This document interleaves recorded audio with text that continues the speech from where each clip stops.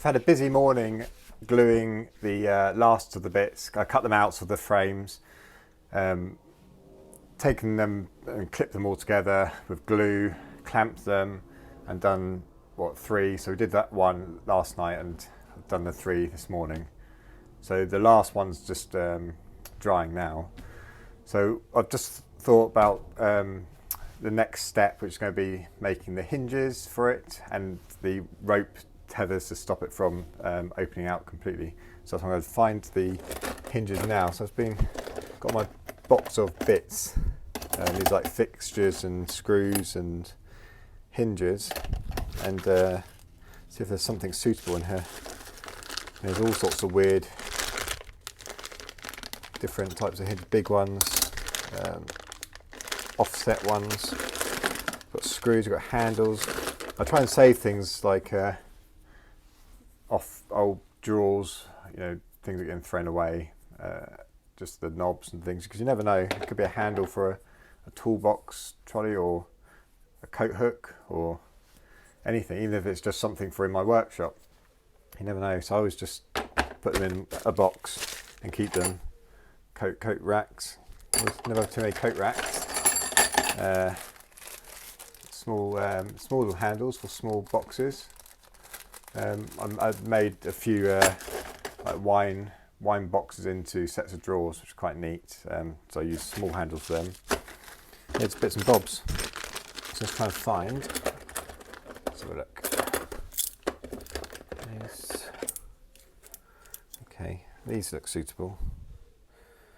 Small hinge. I'll show you the bits now. The bits we've glued together, and we'll clean them up a bit, just mainly at the top edge and on the feet. So when they hit the ground, they won't splinter. So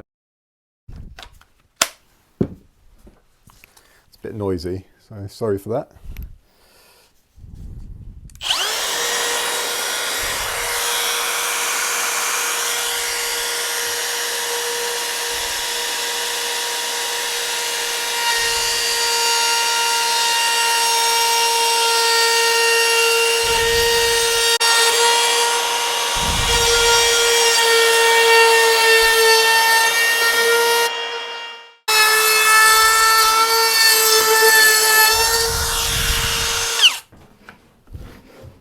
Okay,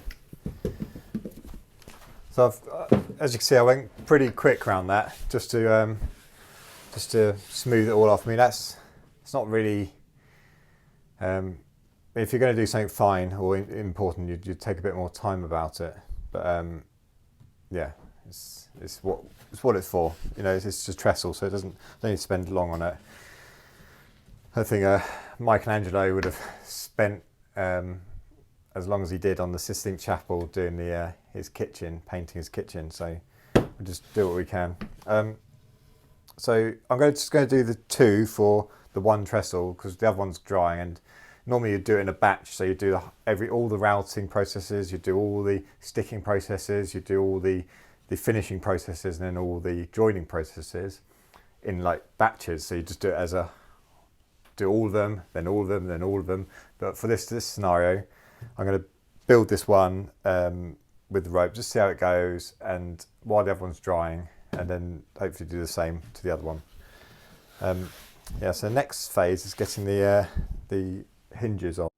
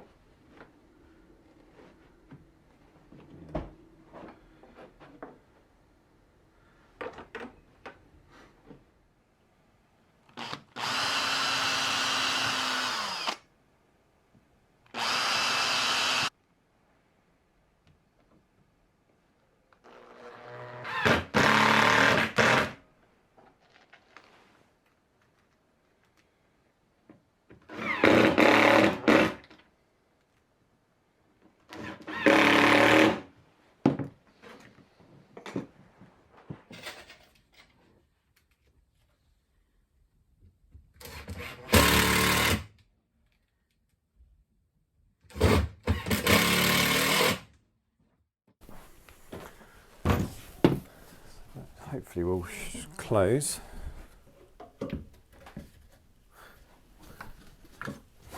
There's a little bit of resistance there. I think where the two sides of the screws are touching, but I'm not sure if I'm worried about that. Yeah, I found some climbing rope. It's good stuff. It's 10 mil thick. Stuff I've used quite a lot. I've been climbing, so it's probably about time I got a new one. I don't really do climbing much anymore, but if I did, I'll probably buy a new.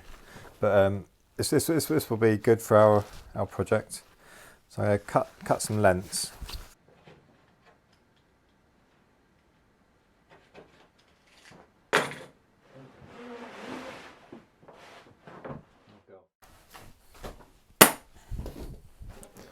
Okay, so I've cut all the rope. So now knot them onto the trestle.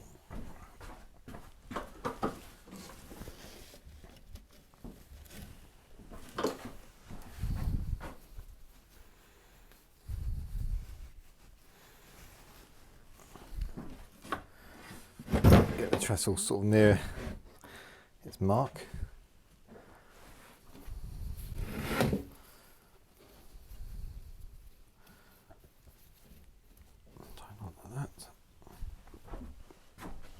Same on this side.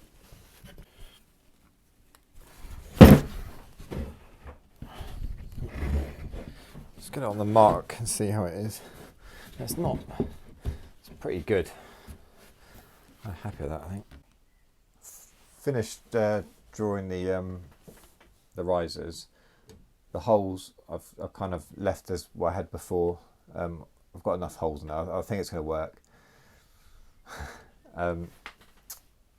Yeah, but I'm not going to do that layered thing. It's just going to be 18 mil ply for the these components. I'll try and get it out of a scrap bit of wood that I've got lying around. After this, I'm going to have a bit of timber screwed to the top. You know, that will go wider. That'll bulk it out a bit, which you'll see now.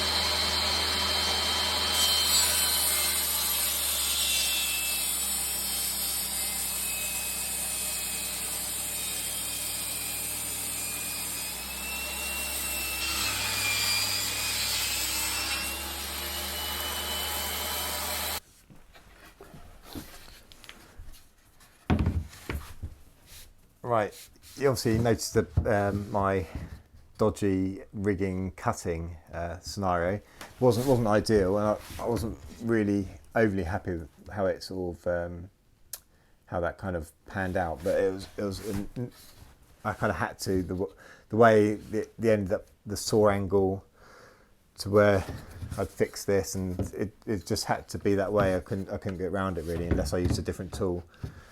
But yeah, it wasn't ideal.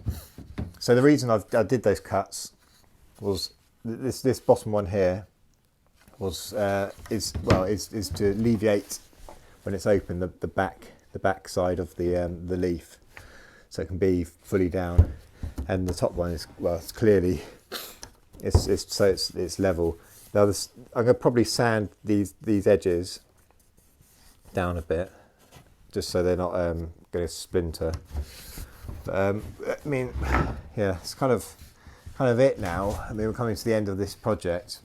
The only thing now to do, after obviously all that sort of fettling and making it lovely, is fixing this to the trestle. Now I've rummaged around my nuts and bolts racks for something suitable. Didn't really find anything, or anything in any amazing quantities. So what I did find was, I've got them here, got my pencil, is I found coach bolts. This one's obviously quite small.